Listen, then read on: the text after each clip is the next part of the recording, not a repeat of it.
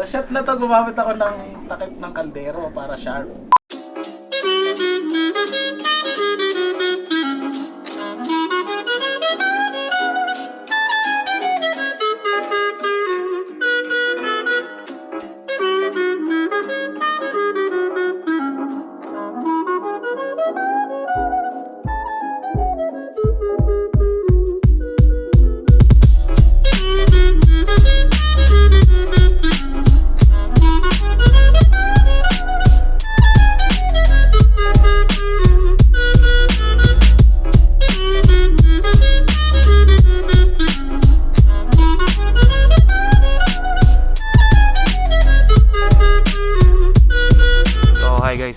Nandito kami sa Northern Blossoms uli.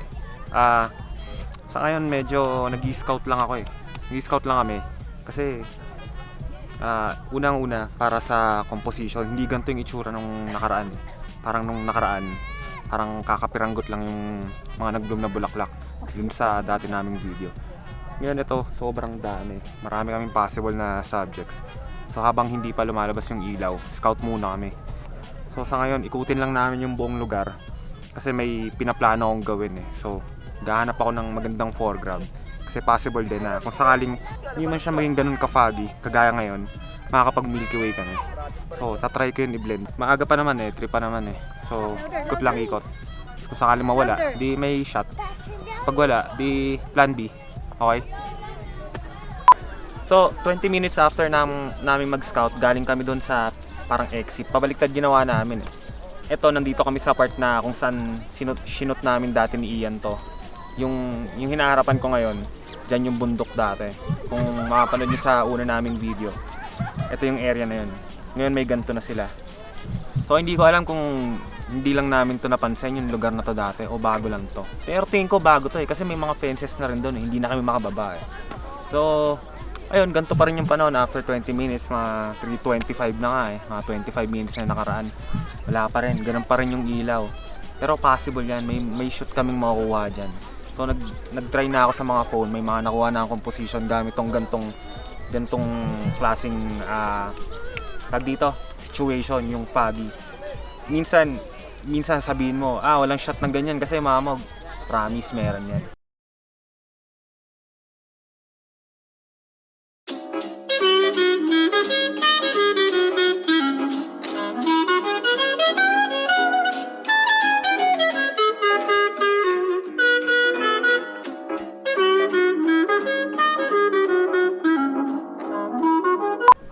Okay, so kung naalala nyo, kahapon, di ba in-explain ko, laging may shot.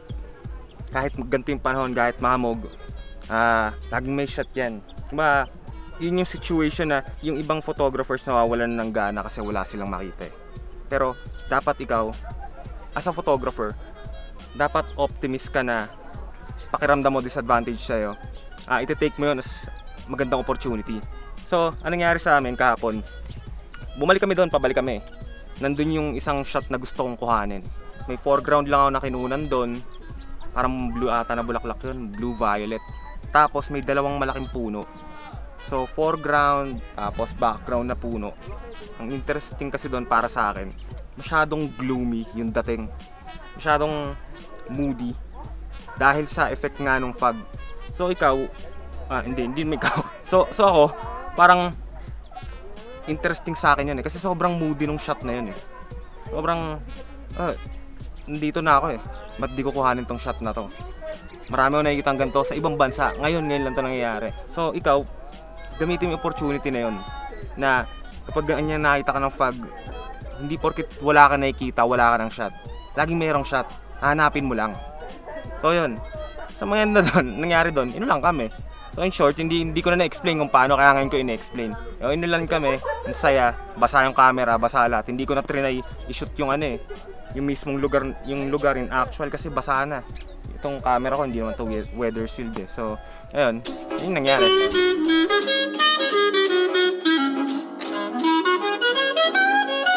So, hi guys, nandito tayo sa first shot natin dun sa second day natin sa Atok.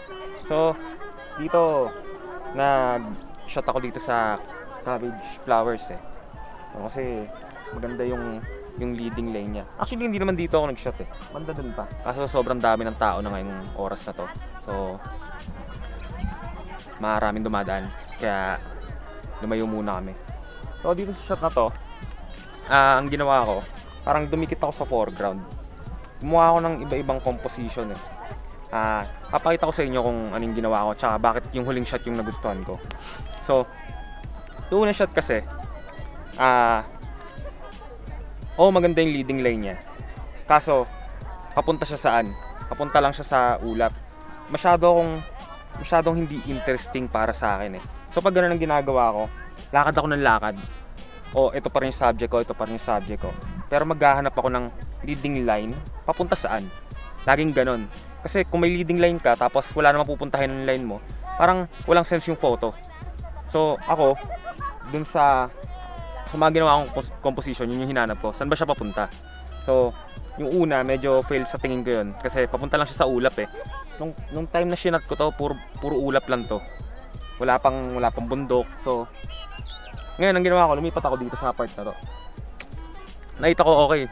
Tapos nakita ko pa sila Dennis, sila Ian, sila Celine, nag-shoot sila doon. So okay yun.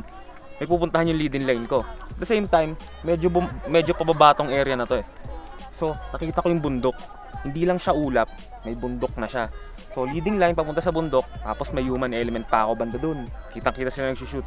So yun, okay yun. Ang problema, yung subject ko sa baba.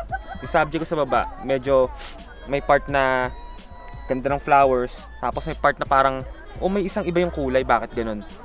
Cabbage, tapos hindi siya yung ibang puti. Hindi siya yung puti lang eh. So ang ginawa ko, nag-adjust ako kasi parang pag tinignan mo, ba't ganun, parang bungi. Parang medyo unease sa mata ko.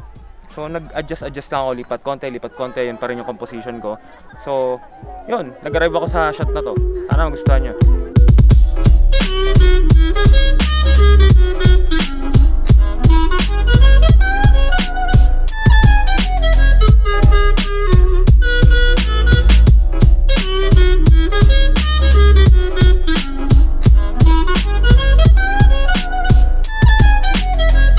Kung naalala nyo, kinento ko yung ambisyoso kong plano sa pag-shot ng magandang foreground plus sky na may Milky Way.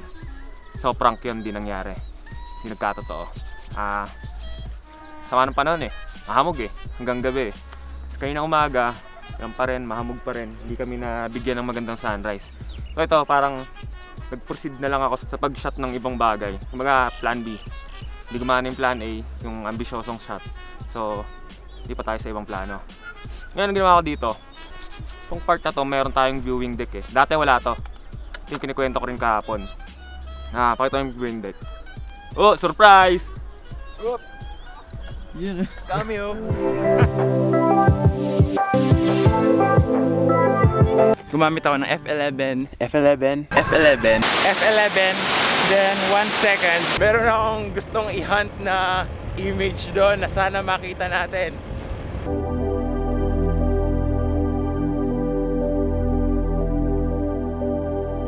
So, kasama natin si Dennis Murillo. Kung di nyo pa na-like at subscribe, like and subscribe nyo si Sir Dennis. Sobrang epic ng mga video niya sa landscape. So, balik tayo dito. Kapag ganito yung situation, ito parang tip to eh. Ganito yung situation, di ba? Punta ka sa ganitong lugar, ang ganda, sobrang dami mo nakikita. Magkakagal gumamit ng ano.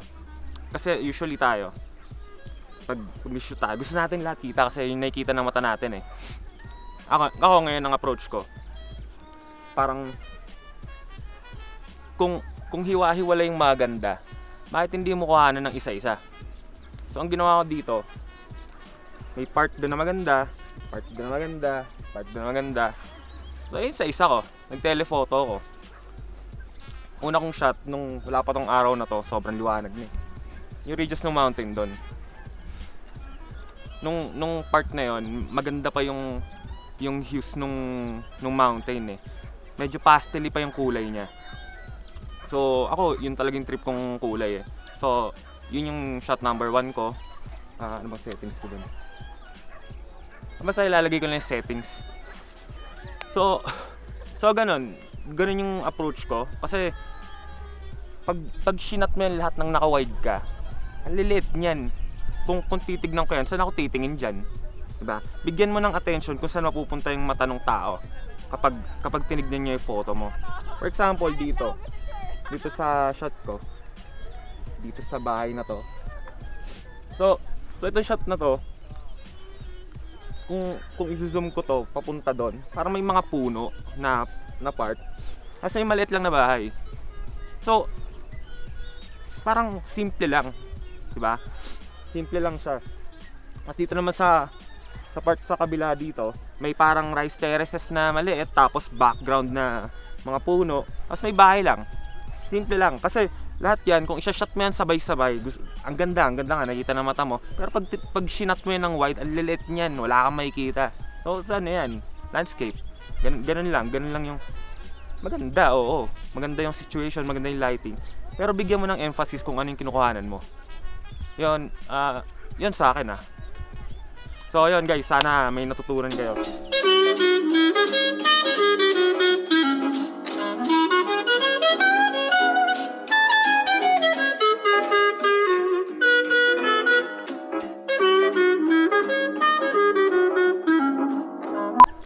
So ayun, maraming salamat sa panonood ng video namin.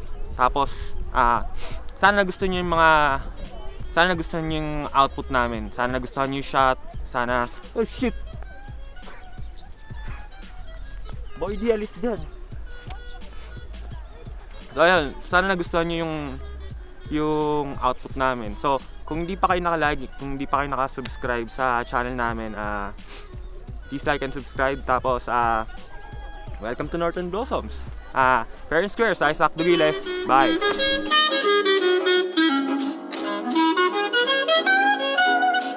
Wala ka ba malagkit na tingin dyan? Nakakadagdag sa kap ng saging. Tain na. Nababalas ako? Hindi, okay lang yan. Okay lang yan. Para sa shot po na to, gumamit po tayo ng kaldero.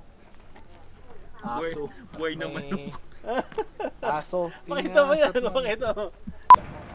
Maka-quad. This is my quad. Ayos na. Yun.